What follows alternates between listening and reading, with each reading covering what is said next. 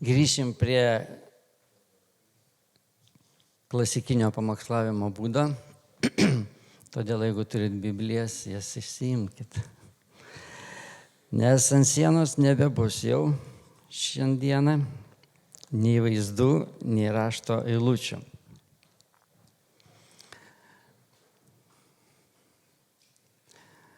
Nesvarbu, kokiam pavydalė turit Bibliją. Spausdintam, atšviestam, kaip vadinam, ar mobiliam.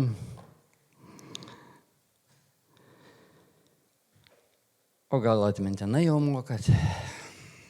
Manau, kad daugelį eilučių be vargo užbaigtumėt, jeigu ją reikėtų pradėti sakyti. Na, pabandykim. Romiečiams 5 skyriaus 1 eilutė. Kas gali rizikuoti, kas ten parašyta? Per didelis užduotis. Taigi, išteisinti tikėjimu turime. Taigi, išteisinti ramybę turime ką? Jurga kažką gerą sakė. Ką? Ramybę su Dievu. Toliau. Taigi, išteisinti tikėjimu turime ramybę su Dievu. Šaunuoliai. Taigi, išteisinti tikėjimu turime ramybę su Dievu per mūsų viešpatį Jėzų Kristų, per kurį tikėjimu pasiekėme tą malonę, kurioje stovime ir džiaugiamės šlovės viltimi. Ir ne vien tuo mes taip pat apie tai nenoriu šiandien kalbėti, apie kitą dalį, kuo dar džiaugiamės, apie tai galima būtų pradėti kalbėti, kada iš naujo įsitvirtinsime pirmose 2 eilutėse. Kad dabar išteisinti tikėjimu, mes dabar turime ramybę su Dievu per mūsų viešpatį Jėzų Kristų. Per jį tikėjimu mes pasiekėme tą malonę, kurioje stovime ir džiaugiamės Dievo šlovės viltimi. Nežinau, kaip jums praėjo šitą savaitę, kiek pažeminimų ar išaukštinimų reikėjo patirti, bet dabar ateinam į Dievo akivaizdą, atsistojame ir esame teisūs jo akivaizdoje ir gavę ramybę ir pilną pasitikėjimą juo. Mes ateiname nupūsti dulkes, pasaulio dulkes susirinkusias per savaitę ir visokias aukštas ar žemas mintis, ateiname, atsistojame Dievo akivaizdoje, kad iš naujo įsitvirtume toje tiesoje. Mes esame išteisinti tikėjimu. Ir nesvarbu, kaip mes jaučiamės, ką apie mus sako, ką mes patys apie save galvojame, ar per aukštai, ar per mažai. Mes esame išteisinti per tikėjimu į viešpatį Jėzų Kristų. Ir šitoje malonėje ir ramybėje mes dabar esame ir stovime ir turime pasilikti. Žodis ramybė yra taip pat vienas iš dažnai šventajame rašte sutinkamų žodžių. Jeigu ten sako, kad žodis nebijok yra pasakytas 365 kartus, atseit kiekvienai dienai po vieną kartą nebijok, tai tu matai viešpaties rūpestį, kad žmogus nebijotų, nes baimė iš tikrųjų kelia stresą ir pražudo gyvenimo džiaugsmą.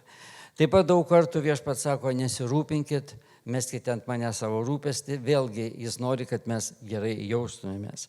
Taip pat daugelį kartų, daugelį rašto vietų yra, kur viešpats sako ramybė. Paulius kiekviename laiške rašo ramybę jums. Jėzus, kada pasirodo, jis sako ramybė. Angelai, kada pasirodė piemenims, kurie ganė Kalėdų Jėzaus gimimo dieną, vėlgi jis pradėjo sakyti ramybė. Ramybė žemėje. Pasakė pradžioje, nebijokite, o paskui sako ramybė. Visiems geros valios žmonėms jie tai giedoja. Taigi ramybė yra labai svarbus dalykas mūsų gyvenimui. Ir ramybė yra tai, kad Dievas nori suteikti ir jis suteikia. Ir tai, ką mes galim paimti tikėjimu. Tikėdami jį mes gauname ramybę su Dievu. Kasgi yra ta ramybė?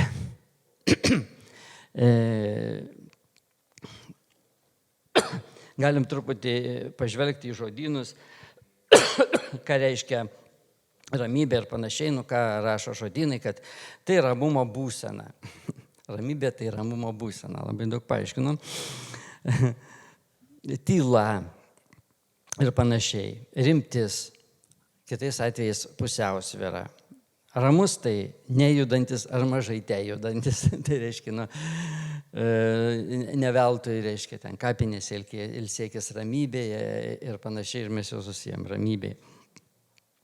Tada ramus, tylus, bet triukšmo, toks tylus žmogus, neištriukšmauja niekas, sako, ramus vaikas.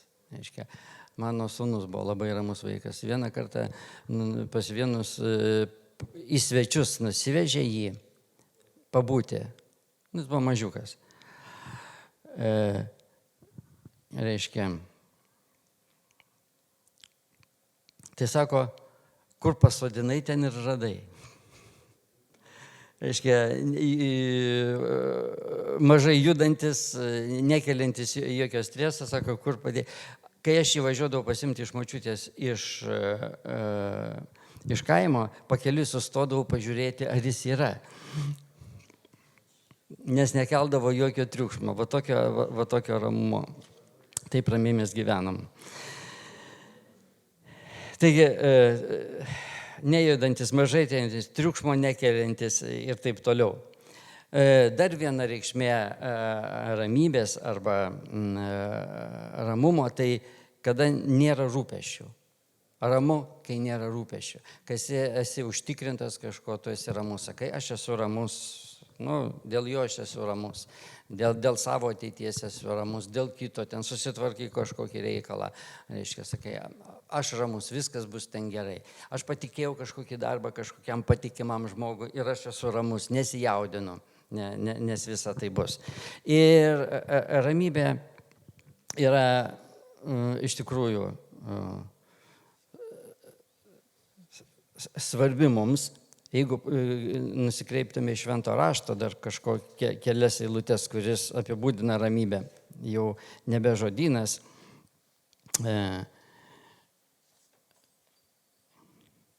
Filipiečiams 4 skyriui 7 eilutėje yra sakyta, ir Dievo ramybė, pranokstanti visokį supratimą, saugos jūsų širdis ir mintis Kristuje Jėzuje. Ramybė, pranokstanti bet kokį supratimą. Reiškia, tu gali būti kiek nori protingas ir taip toliau, bet vis tiek gali padaryti negerą sprendimą, būdamas neramybės būsenoje. Ir jeigu prisimintumėte savo gyvenimą ir savo klaidas, savo kažkokius poelgius, kurių galbūt gailitės, ne vieną kartą daugumoje galbūt atrastumėte, kokioje būsenoje buvot, kad jūs buvote neramybės būsenoje, paskubėję kažką padaryti, pasakyti. Ir vietoj to, kad truputį kažkaip tai palaukti ramybės, darė kažkokį sprendimą ir galiausiai turintis rezultatą, kuris nelabai jūs tenkina. Tai va šitą eilutę ir pasako, kad Dievo ramybė jį pranoksta visokį supratimą. Ir jis saugos jūsų širdis ir mintis Kristuje Jėzuje. Internete jau senai yra tokia video paskaita įrašyta, kurią aš mėgstu vis pasižiūrėti ir pasižavėti mokytoją, kuri moko mokiniams. Ir ten kalba rusų kalba, bet atrodo filmuota Charkovo mokyklai, čia jau senai, dar prieš karą. Ir paskaita eina po jaunuoliams apie narkotikų žalą. Bet jinai dėsto labai meistriškai ir svarbiausia tai, kas labai užkabina, jinai pradžioje pasako, kad mes galim daryti teisingus sprendimus. Galima daryti kiek galima mažiau klaidingų sprendimų. Juk norėtume mes irgi daryti pasirinkimus, kažkokius sprendimus savo gyvenime teisingus. Tai va, nuo šito jinai pradeda, kad galim pradėti daryti teisingus sprendimus ir išvengti klaidingų. Ir pradeda dėstyti nuo to, išvardindama mūsų žmogaus būsenas. Nuo žemiausios, reiškia, aš dabar neišvardinsiu jų visų, bet tiesiog kaip pavyzdį, kad yra, pavyzdžiui, apatija. Ar apatijai būdamas tu padarysi teisingą sprendimą? Mažai tikėtina. Apatija, priešiškumas, pyktis. Ar pyktį būdamas tu tikrai jau gerą sprendimą padarysi? Ir taip toliau kiekvieną vis aukštyn ir geriausią būseną. Ir jeigu tu būsi toj geriausioj būsenoje, tu padarysi geriausią sprendimą. Ir viename jinai kalba, pavyzdžiui, yra tokia būsena, kur tu esi susidomėjęs kažkuo. Tau žiauriai patinka, pavyzdžiui, tau taip patinka šventas raštas, susidomėjęs ir nagrinėjai, tu kažką atlikti gyvenime ir tu tiesiog, kaifuoji tai darydamas kažką, sako, ir tuo momentu, arba galų gale ir filmas koks nors tave labai sužavėjęs ir tu žiūri, viskas nieka, nei valgyti, nei gerti, viską užmiršęs pasaulį, tu esi tokioj būsenoje, tokiam susidomėjime. Sako, ar ateis tuo momentu tau staiga mintis, gal narkotikų biškį susileisti? Tai būdamas tam tikroje būsenoje, tu nepadarysi klaidingų sprendimų. Todėl viešpats, aš ir žiūriu, kad jis rūpinasi mumis ir sako, nesirūpinkite. Nes kada apsikraunam per daug rūpesčių, prarandam ramybę, mes nepadarysim gero sprendimo. Mes prasilenksim su tiesa, prasilenksim po to. Todėl, pavyzdžiui, Petras pirmame laiške, 3 skyriuje 11 eilutėje rašo, tegu nusigręžia nuo pikto ir daro gero ir ieško ramybės tesyvėje ją. Paskaitysiu pilną. Kas trokšta mylėti gyvenimą ir matyti gerų dienų, tebažaboja liežuvį nuo pikto ir lūpas nuo klastingų kalbų. Tegu jis nusigręžia nuo pikto ir daro gerą, te ieško ramybės ir tesyvėje ją. Štai koks palinkėjimas, jeigu nori turėti gerų dienų, ieškoti ramybės. Ne tik ieškoti, bet ir vytis jos. Ramybė, tai kas yra svarbu mūsų širdžiai ir ką nori dovanoti viešpats. Ir visiems linkėdavo ramybė, ramybė, ramybė. Gaila, kad šiandieną nėra ekrano. Norėjau parodyti jums Čiurlionio paveikslą Ramybė. Teks dabar įtempti atmintį ir vaizduotę. Kas žino, kaip pavaizduotas? Taip, kalnas. Tai gana žinomas vienas šio paveikslo. Reiškia, snaudžiantis kalnas ar kalva vandenį. Reiškia, vanduo, tolumoje kalnas ir toliau dangus. Ir vanduo ramus ir viskas tokioje ramybėje, bet tame kalne yra du laužai tarsi akis. Ir visas tas kalnas atrodo kaip didžiulis snaudžiantis gyvūnas. Ir vienas žmogus man sako, kada žvelgiame šitą paveikslą, mes matome ramybę. Tačiau ramybė yra trapus dalykas ir, suprantat, kada sako, ramybė prieš audrą, ar ne? Kažkodėl yra ramu, bet kažkodėl ir neramu. Kada buvo karantinas ir buvo nauji metai, karantino metu, labai daug leidom namuose ir aš prisimenu sausio 1, aš prabandu ir buvo taip ramu, kad atrodė, kad aplinkui tu ne gamtoj vaikštai, bet dekoracijose, scenoje. Nė lapelis nejuda, rūkas viską padengęs. Taip ramu, kad net neramu. Ir taip ramu, kad neramu, neramiau pasidarė kitą dieną, nes ir kitą dieną buvo taip ramu, jau ne į gerą. Kažkur viduje įmi galvoti, kažkas tai ne taip. Ir kada dar 3 dieną taip ramu, jau, žodžiu, prisigalvoji, kad jau prieš kažkokią didelę audrą. Tai jeigu grįžtant prie to paveikslo, tai tame irgi yra tokia ramybė, bet ten tarsi gyvūnas kažkoks didelis. Ir visoje toj ramybėj tokia, atrodo, nedaug trūksta, kad ta ramybė ir dingtų. Tas tūkstantis kalnas. Jis ramybė, bet jis tarsi gyvūnas. Ir variantų šito paveikslo yra ne vienas. Kitas yra, kur jau vanduo nebe toks ramus. Dar vienas yra, kur dangus neramus, visoks toks vingiuotas. Tada jau ir žvilgsnis kitoks pasidaro. Kada aplinka nerami, kada aplinka rami, ta neramybė kyla iš to žvėries. Ramus, bet kažkas. Kada aplinka nerami, tada visa ta ramybė pasirodo tame kalne stūksančiame. Aplinkui audros, gal jau vanduo banguoja, bet ramybė išlieka jame. Visa, truputį pakeistos detalės ir ramybė, tu jau įskaitai kitaip. Lygiai taip pat ir mumyse esanti ramybė. Mes galim likti kaip tas kalnas, nepriklausomai nuo to, kokia yra aplinka aplinkui.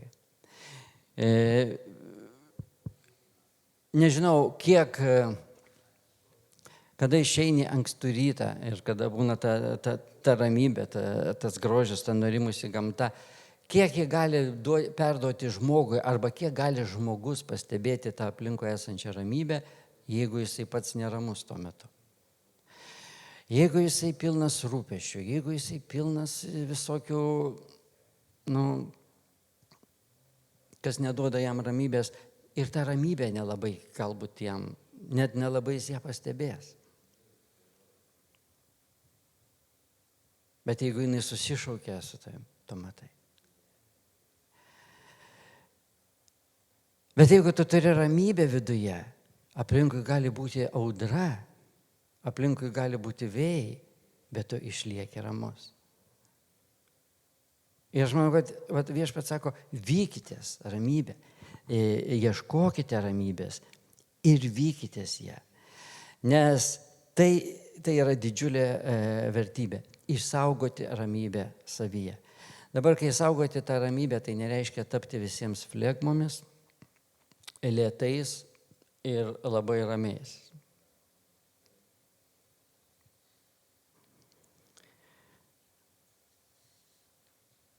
Tai reiškia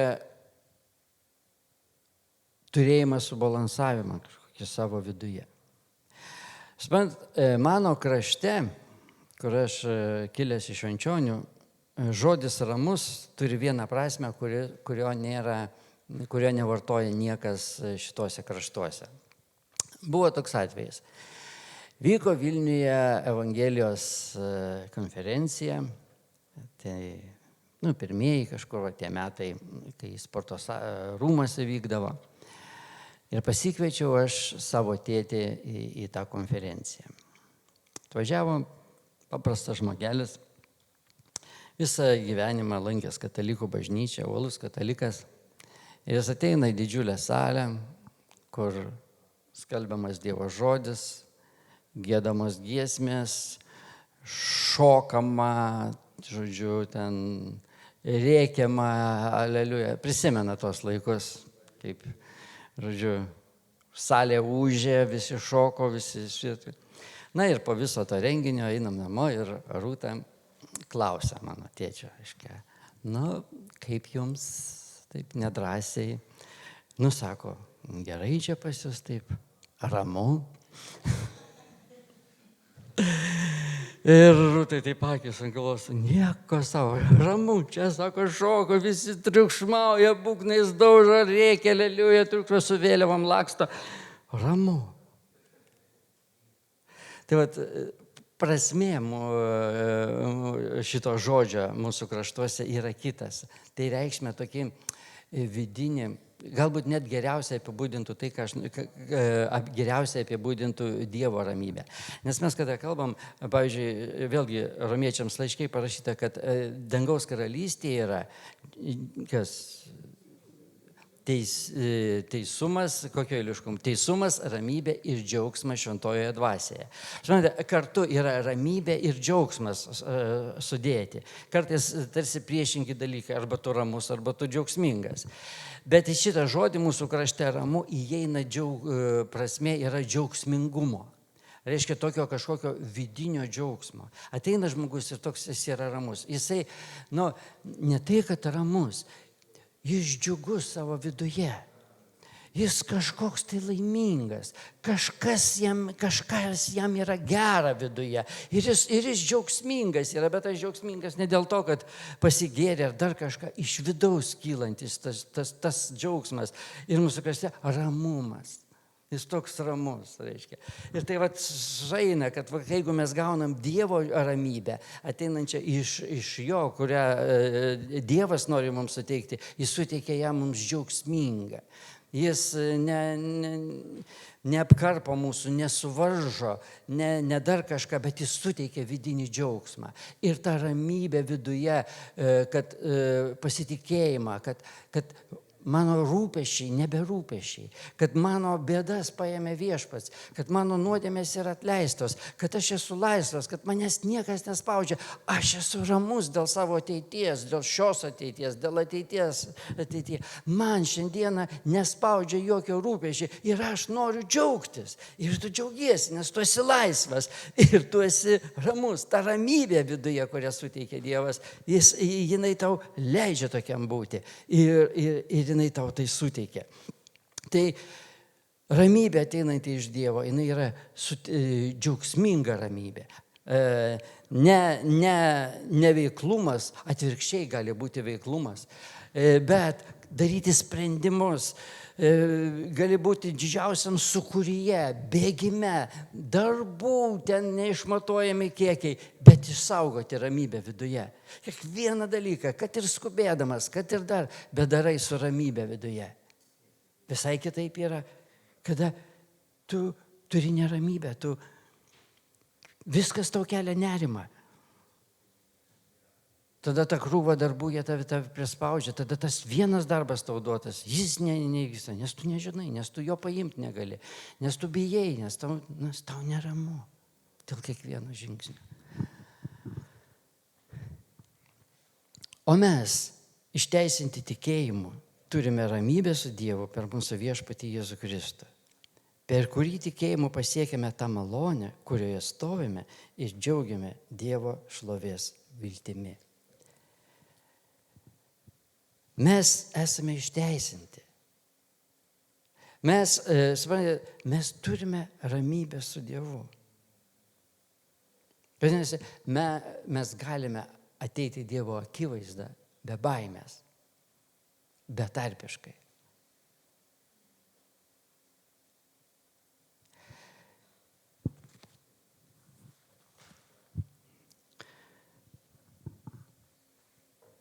Pasitikėdami, kad mums yra atleista. Dabar dėl norimo atleidimo mes galim suprasti, ir tai yra lengviau suprantama, kad ir kokia buvo žmogaus praeitis. Jis ten galėjo didžiausius kalnus dalyti, bet kaip paklydusie kaip sūnus Palaidūnas sugrįžta pas Dievą ir viskas yra atleista. Ir mes be vargo priimam tokį žmogų, kuris visai nesvarbu, kokie buvo praeitis. Ir mes suprantam, kad mūsų naujas gyvenimas prasidėjo nuo tada, kai mes atėjome pas Viešpatį, kada mes atidavėm savo širdį. O kaip yra su kitais nuopoliais?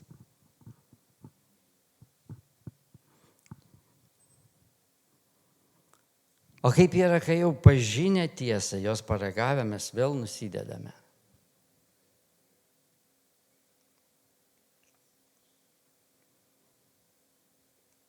Kaip vėl pakilti ir tikėti, kad Dievas ir vėl man atleidžia. O ar aš nepiknaudžiauju jo gerumu? Na gerai, vieną kartą gal suklupau, bet kada tai pasikartoja antrą, trečią, ketvirtą kartą ir tu galvoji, Dieve, aš blogai jaučiuosi. Ir aš jau nebežinau, ar tu man atleidi. Ir aš nežinau, ar jau begalima man atleisti, nes aš savo nebegaliu atleisti. Ir vėl pradingsta ramybė. Vėl pradingsta užtikrintumas. Ir tu nebežinai, ar tu gali ateiti drąsiai Dievo akivaizdą. Ar tu nesi melagis? Ar tu nesi savęs apgaudinėtojas? Ar tu nesi kitų apgaudinėtojas?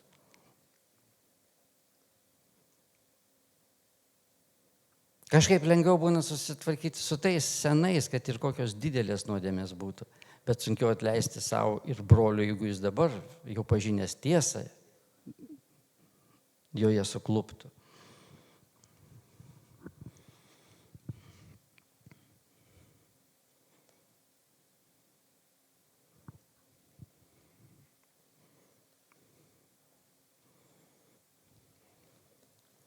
Kaip vėl drąsiai atsistoti Dievo akivaizdoje, vėl atgauti ramybę, vėl būti užtikrintum. Taip gražiai viskas prasidėjo, naujas gyvenimas ir atrodo vėl paslydau. Vėl praradau ramybę. Kur ją dabar atrasti ir iš vis, ar aš galiu prisiartinti prie Dievo. Gal reikia kažką tai atlikti.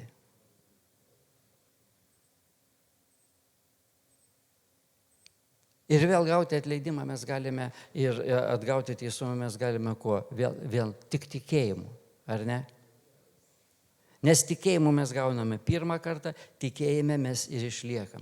Nėra jokio kito varianto, kaip mes galime išlikti teisūs Dievo akise, kaip tik tikėjimu. Bet kada yra tikėjimas vėl, kas yra tas tikėjimas? Norėtųsi kažkokių išorinių veiksmų, išorinių patvirtinimo.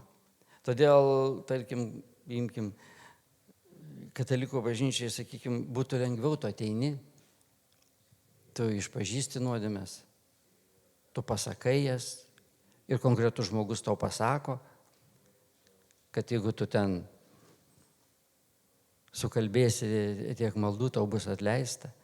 Ir tu turi bent jau kažkokį paliudijimą, mums reikia kažkokio tarsi užtvirtinimo. Aš nunešiu, pastatysiu kryžių, ne kryžiaus Dievui reikia, bet aš padarau kažkokį tikėjimo darbą.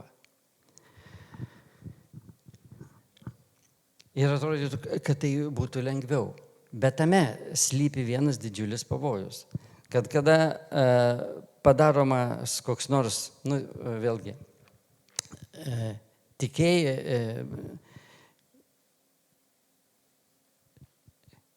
tikėjimas be darbų yra miręs, kaip sakoma, ar ne? Bet yra pavojus, kada tas išorinis veiksmas, jis jau nebūtinai gelbsti. Pavyzdžiui, vienas sudužęs prieš viešpatį, ieškodamas ramybės ir atleidimo, norėdamas savo užtvirtinti, tarkim, atneša ir pastato kryžių kalną. Jis gauna atleidimą, gauna palengvėjimą, gauna džiaugsmo viduje.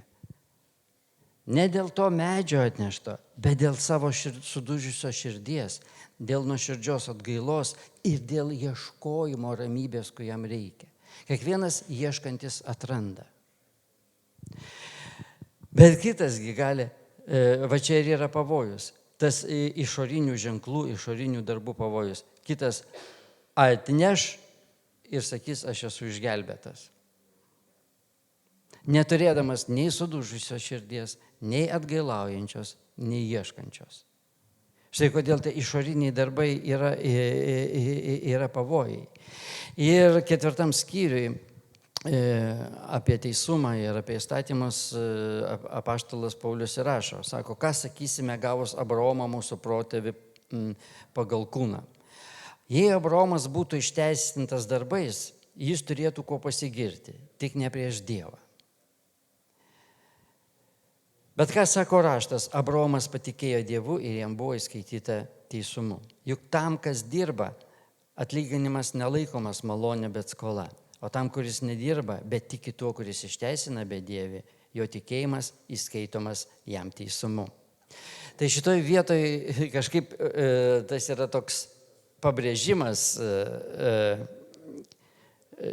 atsvara nuo Jokūbo laiško, kuris sako, kad tikėjimas be darbų įmiręs. Bet čia yra pradžia, kad mes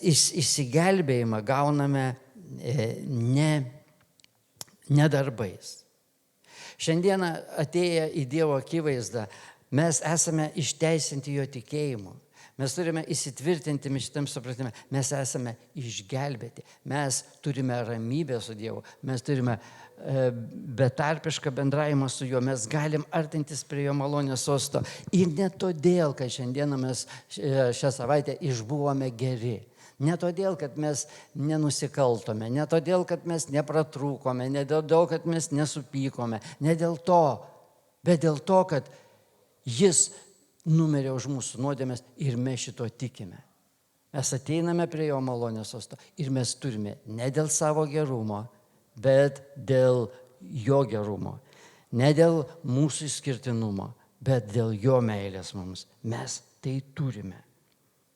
Ir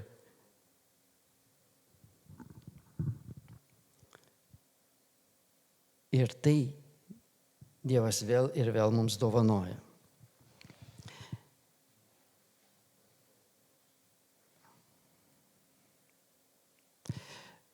Toliau, ar šis palaiminimas taikomas tik apipjaustysiems, ar taip pat ir neapipjaustysiems? Mes sakome, kad Abraomo tikėjimas buvo įskaitinamas teisumu, kokiu būdu, jam esant apipjaustytam ar neapipjaustytam. Čia jau kalbama apie tam tikrą tarkim, veiksmą. Jeigu mūsų šalyje, tarkim, sakytum, krikštytas, nekrikštytas ir reiškia, jeigu krikštytas, tai jau viskas gerai, atlikęs kažkokią tai ceremoniją. Net galim paimti ir mūsų krikštą, krikštytas, nekrikštytas. Bet pats tas veiksmas, sako, jisai nieko nereiškia. Nes Abraomas gavo apipjaustymą, tai tik kaip buvo ženklas jo patikėjimo Dievu. Jo betarpiško patikėjimo. Tu patikėjai Dievu, o paskui tas jo tikėjimas Dievu, išskirtinumas buvo pažymėtas tokio apipjaustymo. Dabar kiekvienas, kuris apipjaustamas, nebūtinai yra išgelbėtas, nes nebūtinai jis turi Abraomo tikėjimą. Bet jis gali didžiuoti šito savo išoriniu džiaugsmu ir veiksmu ir sakyti, aš esu pažymėtas, viskas. Ir nesvarbu, ką aš darau, kur einu, kaip esu, aš esu išgelbėtas. Tikėjimas yra toks dalykas, kad jis yra nematomas, jis yra asmeninis ir jis žinomas tik tau ir Dievui. Ir suprantat, va čia ir yra tas sunkumas protestantinių bažnyčių dėl to, kad mes turim pastoviai tikėti Dievu ir patys turėti sąžiningumą su juo. Ir išsaugoti tam reikia pastangų. Suprantat, neužtenka kažkokio veiksmo, kažkokio pažymėjimo ir tu žinai, viskas, ir aš dabar kaip noriu, taip gyvenu. Ne, mes kiekvieną kartą turim suprasti, būti arti jo. Ir ta ramybė, kurią mes turime Dievo širdyje, kada jis kaip jausmas irgi ateina. Jeigu mes tikime Dievu, jeigu pasitikime, mes gauname ramybę. Dėl ateities, dėl visko. Ir gyvendami kažkur, kaip kažkas pasakė, jeigu tu prarandi ramybę, galbūt tai yra ženklas, kad tu išeini iš Dievo valios. Tai va, jeigu mes vadovautumėmės ramybę, man berods, kada Mozė vedė tautą iš Egipto per dykumą ir jie ten nuodėmiavo, visokie dalykai buvo ir Dievas vos jų nepaliko, ar vos ne patiems, sako, bet jeigu tavo ramybė mūsų neves, tai mes neįsim. Ir tada Dievas ėjo ugnimi priekį, debesim iš paskos, mes sako, ten pasakė, tavo ramybė tegu veda mus. Tai va, kaip svarbu mums ieškoti ir ta ramybė būtų, kuri nukreipinėtų mus. Ir jeigu mes nusidėjome, mes jaučiamės, artinamės prie Dievo ir turim atgauti tą ramybę. Ieškoti Dievo atleidimo.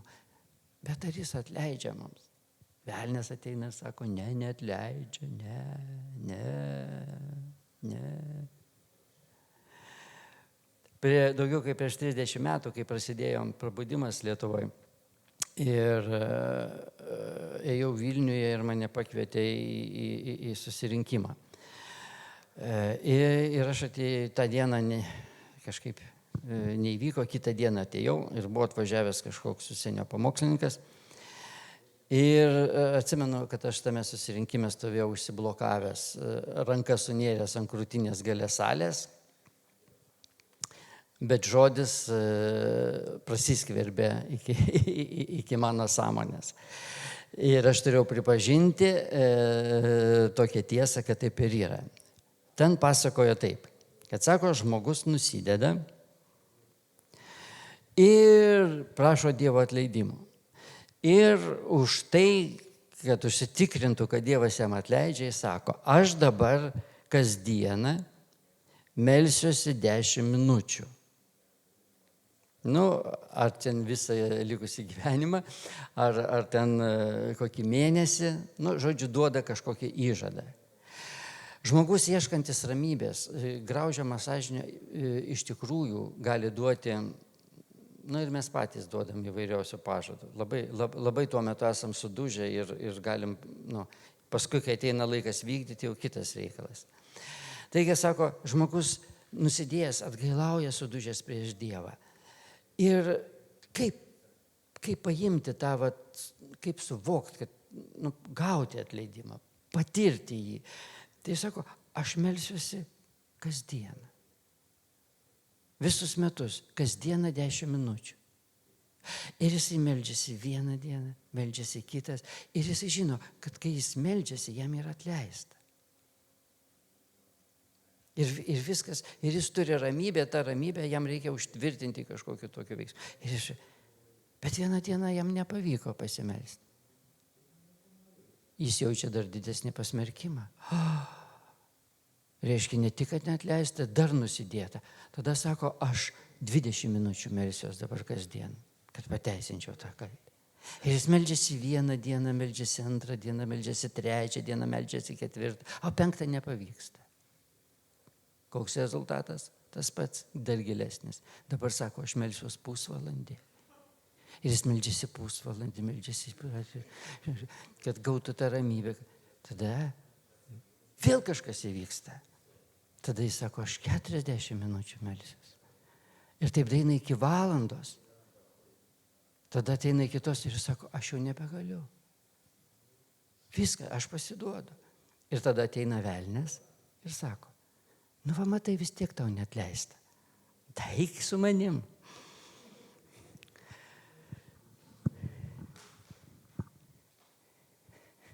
Štai kodėl Dievas neužkrauna mums darbų, kuriuos jau atliko pats Viešpats. Mums reikia tik tikėjimu paimti ir gauti ramybę.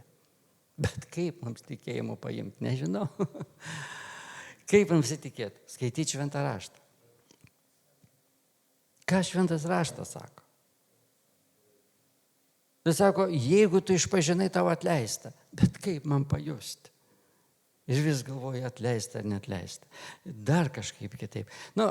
Žinau, kad 100 kartų supasakos, man geriausias pavyzdys tai yra Petras, kuris išradėjo viešpaties 3 kartus.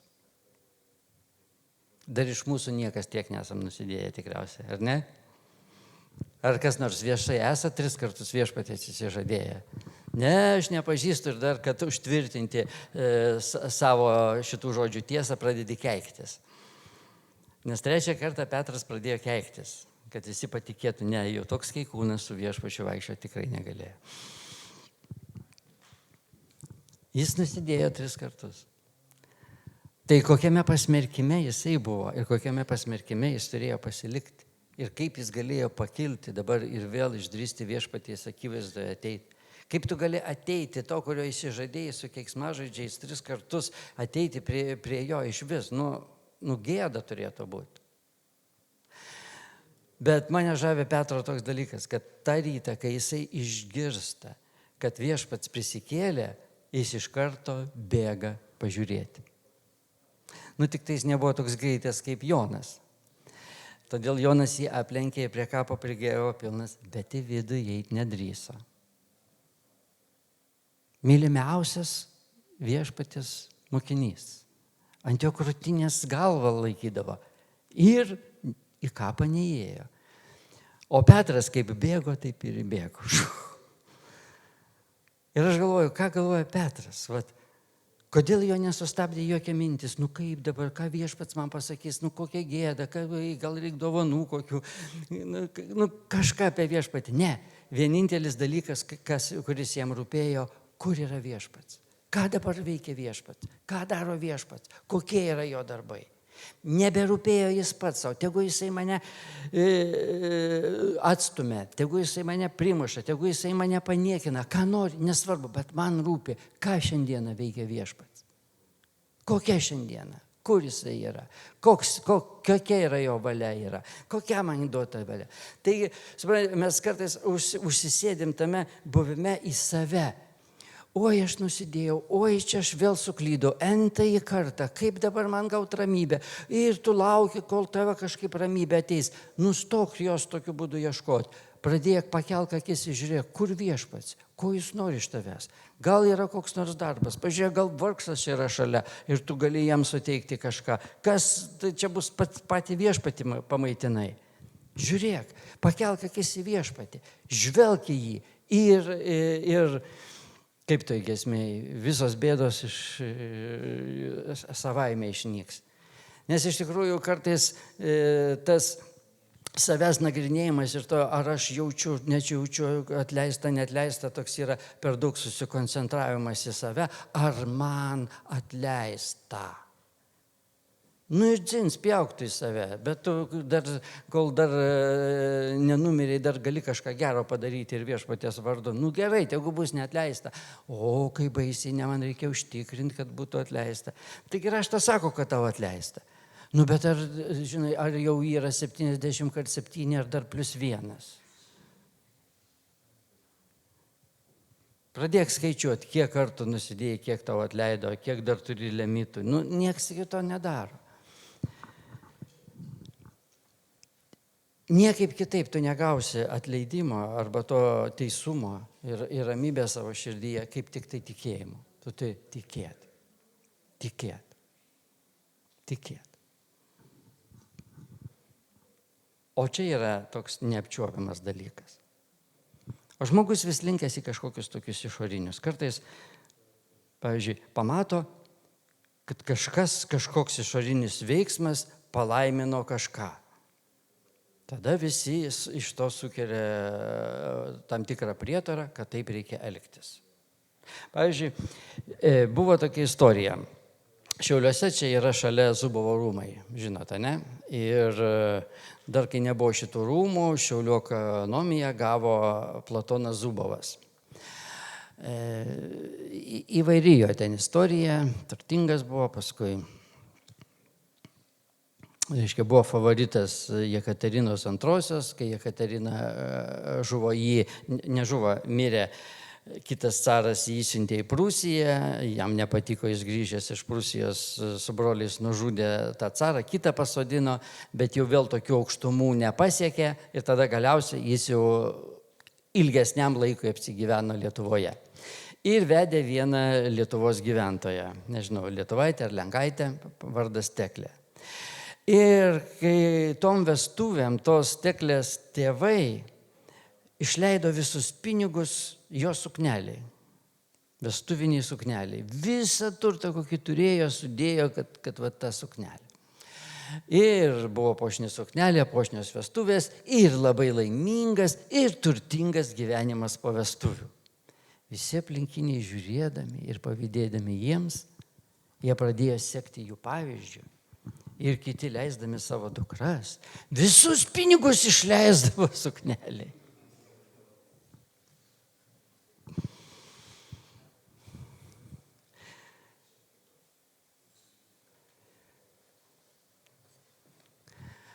Mums reikalingas ramybė su viešpačiu, tam, kad mes girdėtume jo balsą ir girdėtume jo valią mums. O nekopijuotume kitų valios, kitų sėkmės istorijos, neitume jų keliais, reikia mūsų pačių kelių. Mes padarysim teisingą sprendimą savo gyvenimui ir kitų gyvenimui tik tuo met, kuomet būsime ramybėje su Dievu. O ramybėje su Dievu mes esam jau dabar. jeigu tikime juo.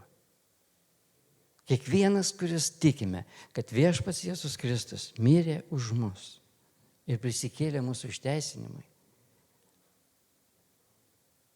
turime ramybę ir taiką su juo. Dievas yra mūsų pusėje. Žinot, ir tai yra taip šaunu, kai tu žinai, kad jis yra tavo pusėje. Gerai, dar vieną istoriją papasakosiu. Pavasarį buvo, čia tokie vyksta piligriminiai mūšiai. Ir man reikėjo tiesiog vesti ekskursiją Kryžių kalne. Bet buvo žygis nuo Šiaulių pro Kryžių kalną dar toliau. Ir aš galvojau, būtų visai šaunu su tai žmonėm kartu ir eiti tą žygį. Bet ar aš galiu eiti tą žygį? Aš nežinau, aš nesu vaikščiojęs 2 kilometrų jokių žygių, praeiti ten 25 kilometrus, ar aš nueisiu. Tuo labiau, kad būdavo atveju čia, kad pradėdavo kelias man skaudėti ir aš nežinau, ar nepradėsės man skaudėti. Ir aš abejojau. Ir norėjau, ir nenorėjau, bet aš bijojau. Tiesiog nedrįsau, o kas bus, jeigu aš tiesiog pusę kelio ten nueisiu. Bet paskui sužinojau, kad Šiaulių turizmo informacijos centro direktorė yra pasiruošusi budinčiam režime, jeigu kam nors kelikas atsitiks, atvažiuos ir paims. Wow! Aš gavau ramybę ir nuėjau tą kelią be jokių problemų. Ir aš galėjau tai padaryti, aš galėjau eiti todėl, kad aš žinojau, kad aš turiu užnugarį. Kad jeigu kas, mane parveš. Štai kodėl mums reikia taikos ir ramybės su Dievu. Kad mes galėtume eiti ir dirbti savo darbus. Daryti, žinodami, kad jeigu kas, jis mums padės. Jis yra su mumis. Jis nedaro už mus, bet jis yra su mumis. Štai kodėl rinkdamasi kelią darykime ramybėje ir darykime sprendimus, kuriuos darydami neprarandam ramybės. Yra užtikrintumas, kad Dievui tai patiks. Ir tada tu darai ir tu žinai. Jeigu kas, jis atvažiuos ir paveš. Taip kad ieškokime ramybės. Kaip Petras ir rašo. Jeigu trokštat mylėti gyvenimą ir matyti gerų dienų, pažabokit savo liežuvį nuo pikta ir lūpas nuo klastingų kalbų. Nusigręžkit nuo pikto, darykite gerą, ieškokit ramybės ir vykitės ją. Taigi, ramybės jums, mėlyje.